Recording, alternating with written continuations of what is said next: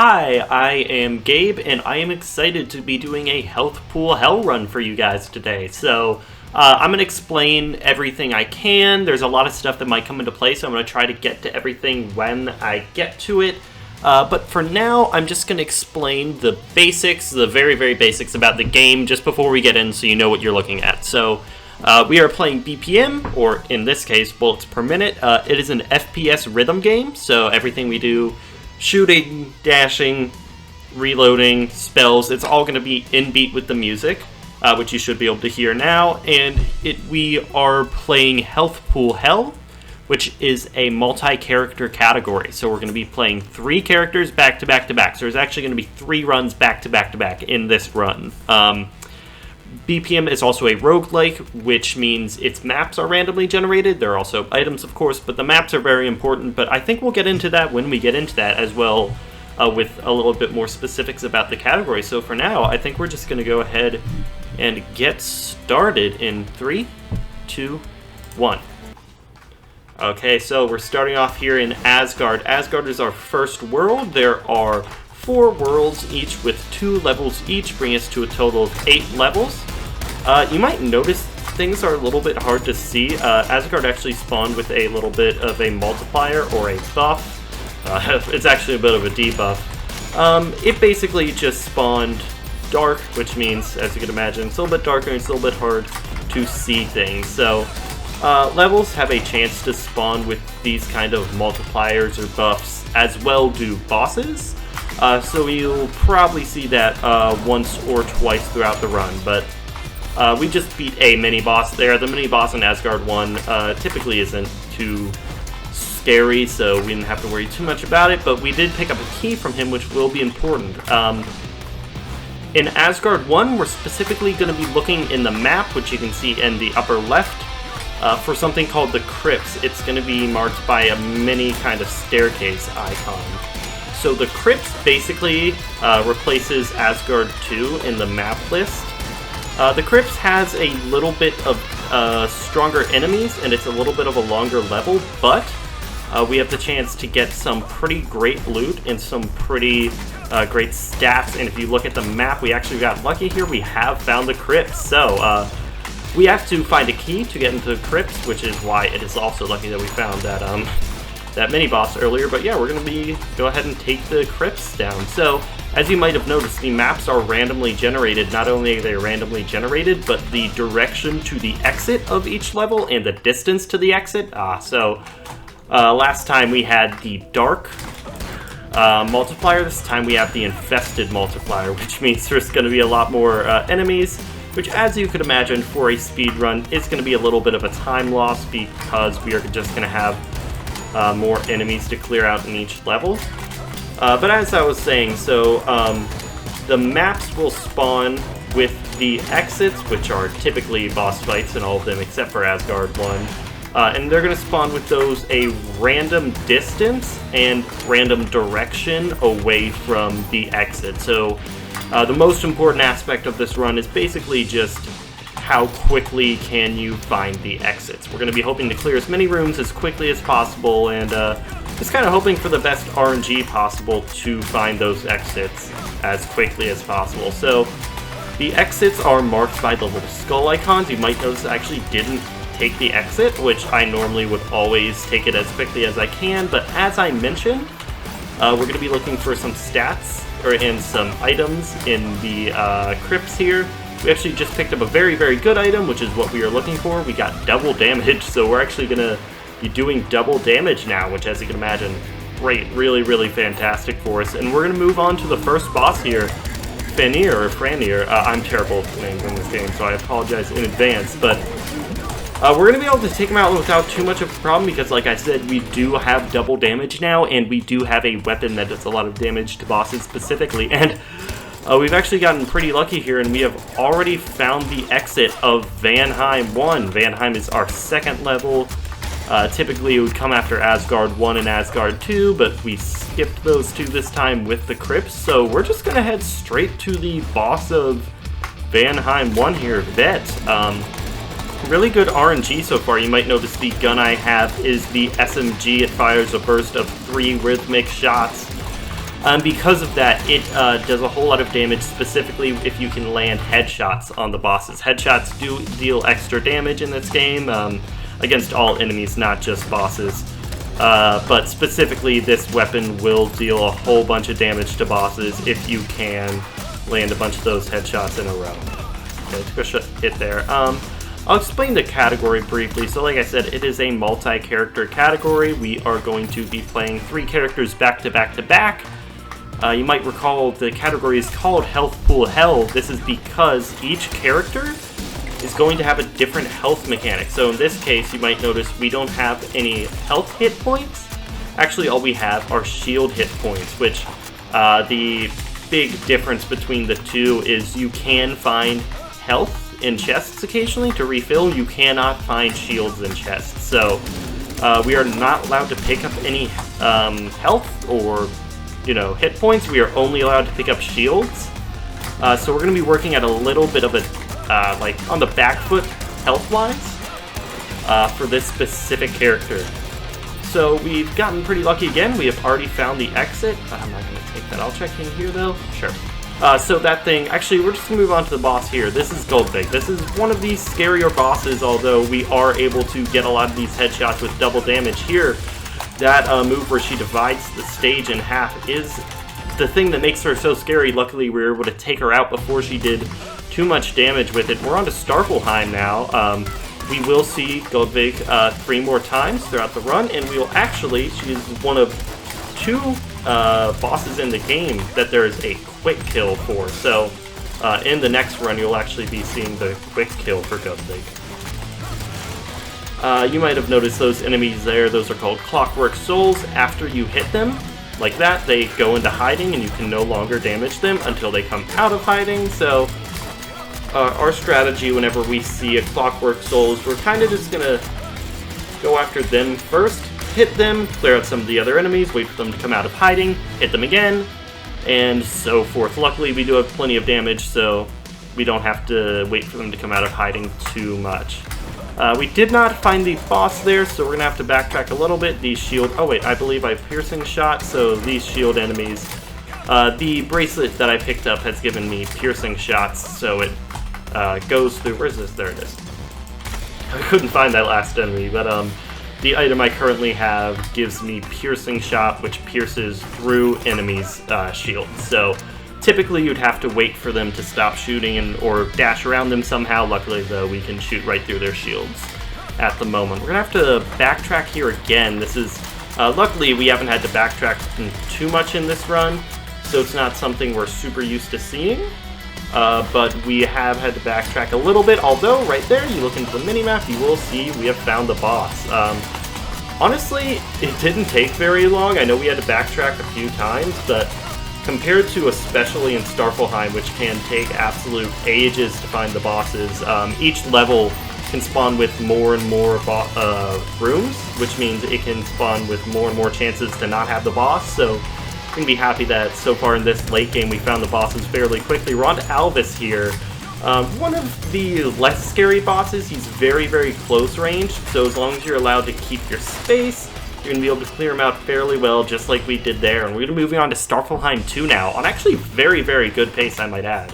We're going to do a bit of gambling real quick, so I'm going to dump coins into this. It's going to spit out an item, and we're basically just going to keep going until we like the item it gives us. We found some very good items, but none I want to take yet. Okay, so we took 10 coins, which is the maximum. We actually didn't really find anything that we want. There were some very good items, but we would have had to replace the double damage, and with this build, we're going to want to keep the double damage as long as we can. Just come through here, as I mentioned, clearing out these Clockwork Souls, making sure to lay some hits down on them whenever they pop back up. You might notice I've also been dumping coins into these little shrine things to get stats as well as we go. So we actually have a pretty decent map so far. Most of the rooms we've come into only have 2 exits, which means it's basically like a coin flip, whether or not you go in the right direction. Here we have actually found our, I believe, second mini-boss of the run. One of the scarier mini-bosses, although we were able to rain a lot of headshots onto him, so he went away pretty quickly. But, yeah, so basically what you're going to hope for in a run is you're going to hope that the rooms you find have very, very few connecting rooms, because then it kind of takes a little bit of the guesswork away. We actually have guessed pretty lucky here, and we have found the boss room again. But basically, the more rooms that are connected to the room that you're in, the more kind of chances you have to guess incorrectly which direction the boss is going to be in. But we got pretty lucky this time around, and we were able to guess correctly which way it is. So, moving on to Mistcap here, another one of the scarier bosses in the run. Ooh, that little swipe he can do there can mess you up a little bit.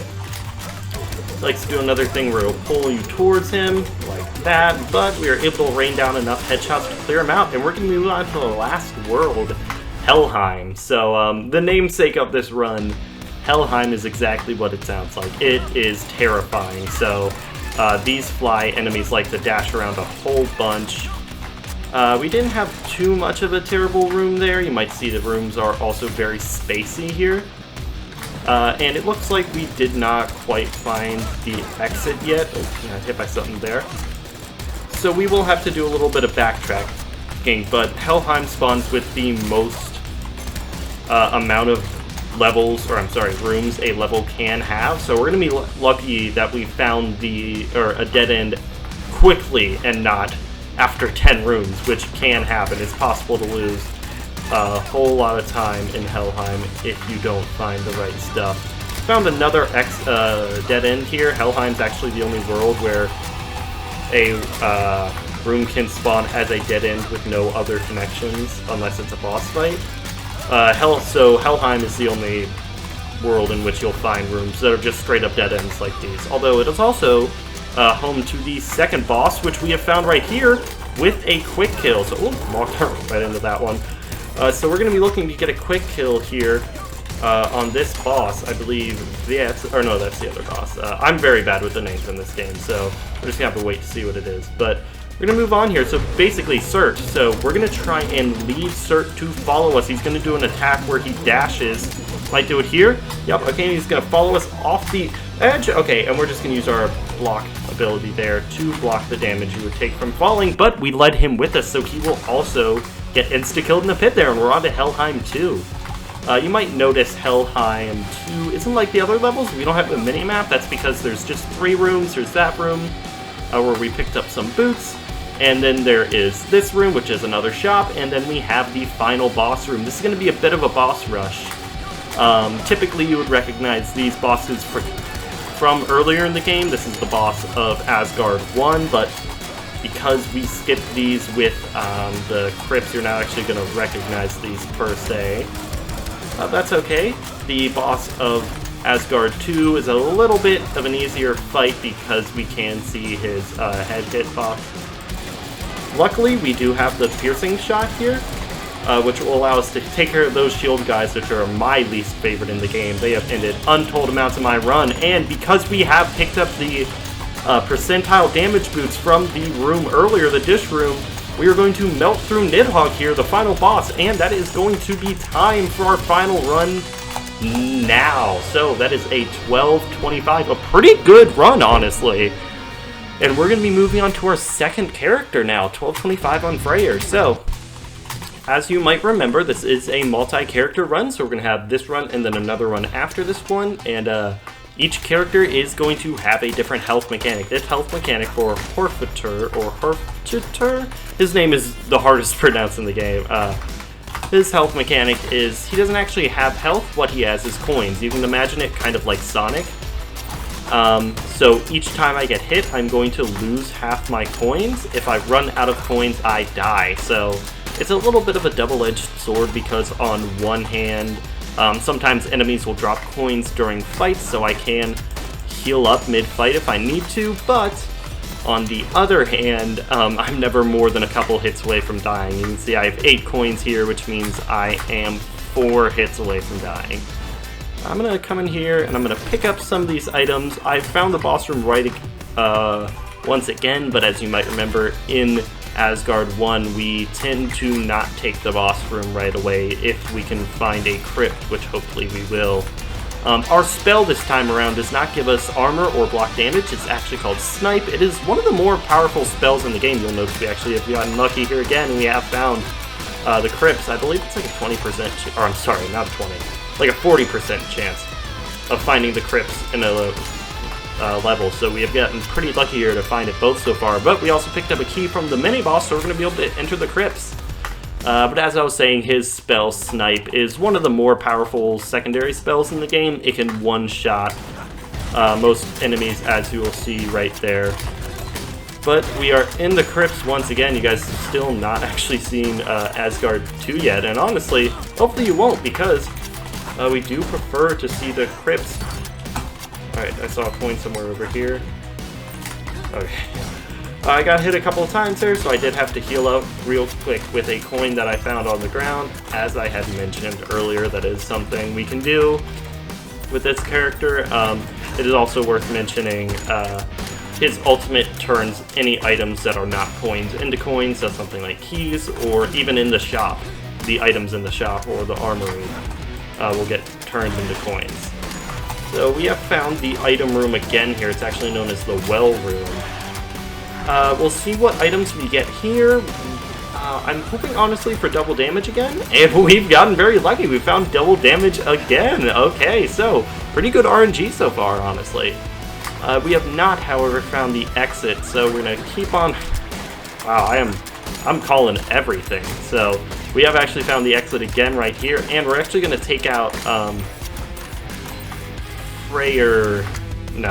Veneer quicker this time because we do have Snipe. You can see we've actually already chunked him down to half his health. That's just because of all the work that Snipe is doing. You might also notice we have ticks in all of our stat categories. That is because the bracelet I picked up in Asgard 1 gives us stats every time we clear level.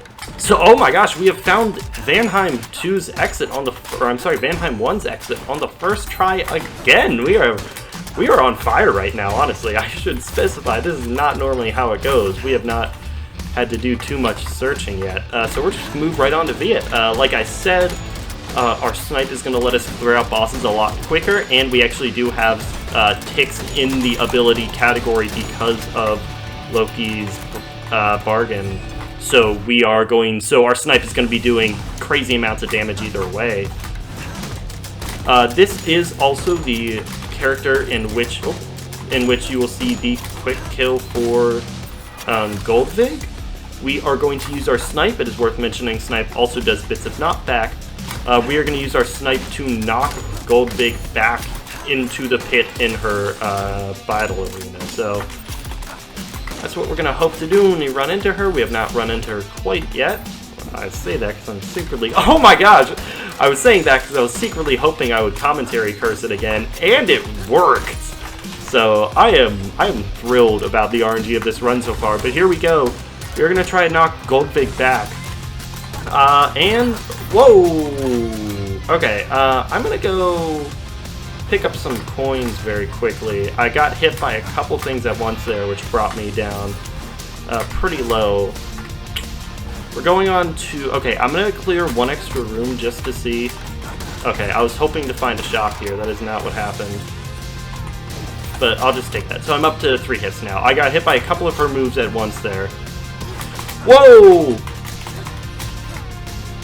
Okay, so that's a little bit of a glitch. Basically, she died as she was doing a move that makes the ground hurt you if you touch it. So that hurt box never actually went away. So when we ran in there, that's the reason everything was lit up like that, and that's the reason I took a little bit of damage. A little bit of a scary scare. That is not something that typically happens, but we were able to get out of it without too much, I was going to say without too much scathed, but that's not how you use that phrase. Relatively unscathed, and we're going to move on to Starfelheim for the second time here. You're seeing how much damage we're actually doing with our double damage and with our stats from Loki's bargain. We're actually able to one-hit kill the Clockwork Souls, which is going to save us a whole bunch of time not having to wait to kill them. Well, just go ahead. We did not find the boss over there, and we have found it here. Man, I gotta start saying that I haven't found the boss yet, like, in my regular runs, if that's just all you need to do to jinx it. You might notice there is a bargain or a gambling room over there. I might take it, actually. I'm not I like the amount of coins I have, so I probably won't. Yeah, I'm not going to. I'm just going to stick with this. I think we have a good enough build right now. We don't have to worry about it, because I am at 16 coins, which means I am at 5 hits. So we're going to be moving on to Alvis. Like I said, if you have long range, which Herfinjorter does with his weapon and his spell, he typically doesn't give you too much of an issue. So we're going to be moving on to Starfelheim now. We're going to come through, just clear all of these. You might notice that's actually the boss from Asgard 1, or the mini-boss from Asgard 1. He returns as a regular enemy in these levels, and we're doing enough damage to one-shot him with our regular gun, not even with snipes, so we're going to be very happy about that. Whenever one of those little diamonds you see folds up all the way, that is equal to doubling that stat, so we're actually almost at 4 times damage with our shield and... I don't need that. With our shield and with our damage. So we did not find the boss on this path, so we're going to have to do a little bit of backtracking, but with the kind of boss rush or luck we've had so far, we're going to be very happy with that. We're actually at Starfelheim 2 on 7-minute pace, which is pretty fantastic, honestly. I am very, very happy with how the RNG of this run has turned out so far. Alright, come out of hiding there. There you go.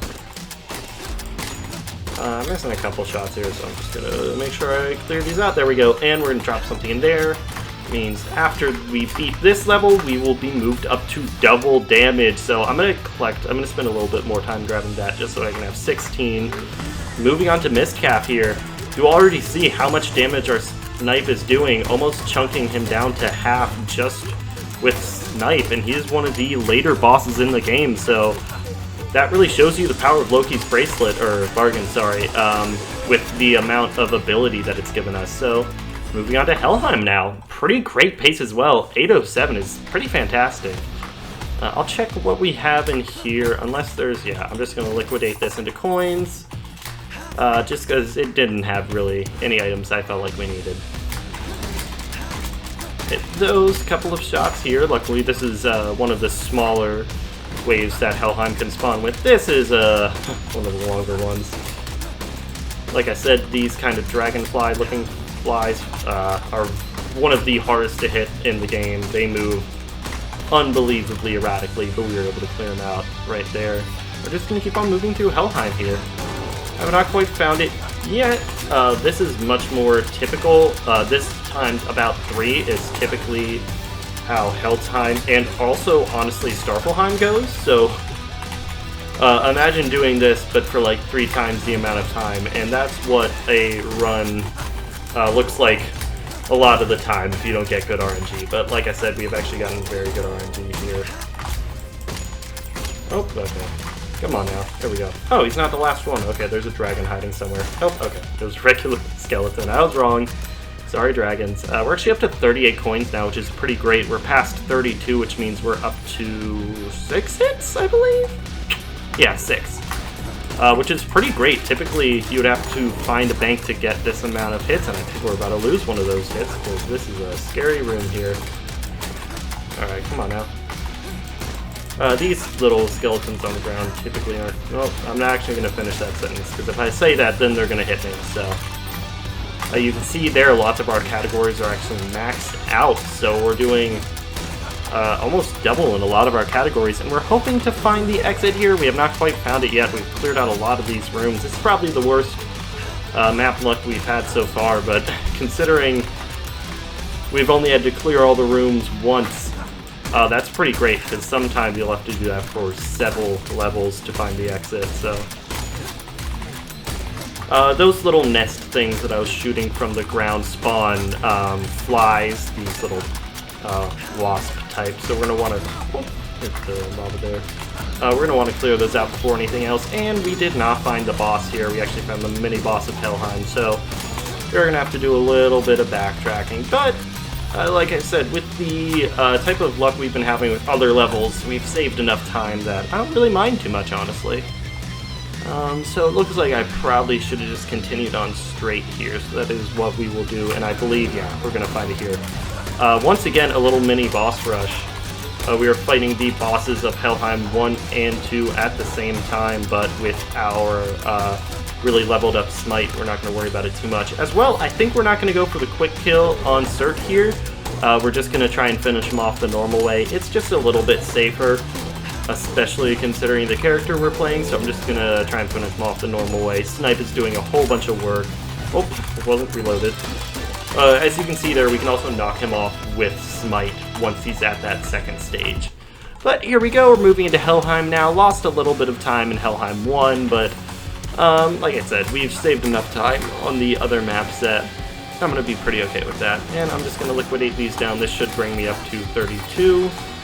No, 31. Okay, so I'm just below 6 hits. So I'm going to be at 5 hits for this fight, but with the amount of damage we have, that should be alright. So we're going to move on to the final fight once again here.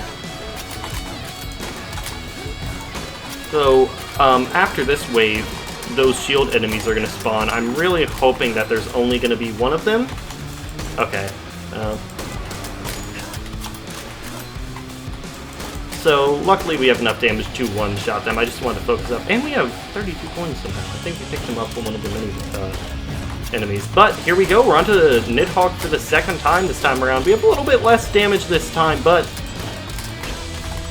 we are still going to be making pretty quick work of him. We have to wait for these circles to stop expanding before we can dash through, and now he is on his second phase. He's going to be sending a lot of these little tracers and these half circles, and those targeted shots, which are very hard to dodge, but already get him down here, and 9 more shots to the crescendo, and that is all for our second run with Herfitor. 1240. Once again, pretty good. If we had some better luck on that Helheim 1, we could have had a really fantastic time there, but a very good time nonetheless, and we're going to be moving on to Skuld now. So, you might be wondering what Skuld's damage, or I'm sorry, health gimmick is. You might notice I am gaining health whenever I hit an enemy, but that is because I passively lose health constantly throughout the run. So I want to always be hitting an enemy, because when I do that, I regain the health that I'm passively losing. Also, you might notice this gun has a 1-beat reload, which is what makes it one of actually the preferred weapons in the game, one of the best for speedrunning, because you have that 1-beat reload. It doesn't do as much damage as some of the other guns, but holy crap, we have found a bank and a, crypts here. That is optimal. When you are doing a run, the two things you hope to find is a bank and a crypts, because to get these stats from the crypts, you need a crap ton of coins, which we can gather here from the bank. You can choose to either deposit or withdraw coins, but as you can see, we have deposited enough coins that we don't really have to worry about that. Although we don't have a key yet, so we're actually going to have to keep on going until we can find a mini-boss to give us a key, which we'll find right here. Our spell for Freyr, this is not Freyr, this is Skuld. Our spell for Skuld is called Mark for Death. It's basically just like Curse. It does passive damage and it stacks as well, so we're just going to move through here. We pick up a little bit of health as we move through a level, so we don't have to worry too much. What we're really going to be looking for here is we're looking for a couple like triangles on the mini-map. That is going to be our statue room, where we can pick up a whole bunch of stats, and also a little bit of ammo if we fill up our stats enough. We'll move through here. That book is the library. You typically aren't really going to see us use that much, or at least in these runs. It can give you new spells, but we like the spells we have now, so we're not going to mess with it. Also, it does take a coin, so that's the other reason we wouldn't. Moving on here, and we've gotten double damage again. We are 3 for 3 on crypts and double damage. There are 3 different shields that can spawn there, so I'm pretty thrilled with the fact that we have gotten double damage every single time. That's pretty incredible, honestly. Freyr's ultimate is she spawns a chest. I'm sorry, Skuld's ultimate is that she spawns a chest. It can be any type of chest. It can be a gun chest, it can be a boss chest, anything at all, really. We have not found the statue room or the boss yet. If we do find the boss, we are not going to be leaving until we find the statue room, though, and we have found both here, because of how important those stats are going to be. So, we're going to come in here, we can dump up to 50 coins into this, and we are going to dump all 50 so we can get as many stats as we can. Sorry if I just bumped my mic, which is still rolling, thankfully. But as you can see there, we have maxed out almost all of our stats just right there from that room, which was what makes it so powerful. And we have also gotten a whole bunch of ammo from it as well. We have picked up, I believe, 4 mag capacity upgrades, so we're doing up to 7 shots before we have to reload. And we're going to be on to Vanheim now with a very powerful weapon and almost maxed out stats, so we're going to be very happy with that. Here we have those little nests again. Yeah, we're just going to be moving through. It is worth mentioning that for Scold, we are not allowed to pick up any armor because there's something of an exploit where it does not you don't passively lose shields the same way that you passively lose health. So we are not, this is the only category where we have banned items like that, because it does kind of defeat the purpose of Health Pool Hell. But that's going to be okay, and we have found the boss relatively quickly here. Oh, okay, so if you remember, bosses can spawn with these kind of multipliers. This one is spawned with the giant multiplier, which means it has twice the amount of health. But luckily for us, we're doing 4 times the amount of damage, so we're going to clear them out twice as fast. Anyways, move on to Vanheim 2 now, and we have found the exit once again. I cannot overstate how happy I am with this RNG so far. I'm just going to clear this out. Okay, and we're going to move on to Goldvig again. Vengeful, which means she's going to be throwing these little blue shots back at us, but luckily we are going to be able to take her out just like that, because we do have a lot of damage right now, and we pick up another ammo upgrade to bring us up to 8. So our Mark for Death will go through shields. We're able to clear them out without too much of an issue. I'm actually going to pick up Quarter Note here, which is going to fire twice whenever I pull the trigger. I managed to miss picking up that shield like 4 times in a row, which is a little bit embarrassing, but it's fine. But yeah, so we're going to move through here. So here, there, we are shooting twice whenever we shoot, and it is 1 beat to reload, which is what makes the Beretta, I think that's what this weapon is called, like I said, not those names. That's what makes this weapon so powerful, is that 1 beat full reload. I'm not going to take the infinite ammo there because we do have such a powerful reload, but we're actually doing almost 8 times damage now because we are doing double damage with the shield, double damage with the stats, and shooting twice every time. So we're actually doing incredible amounts of damage, even with this gun, which doesn't necessarily have the most base damage ever.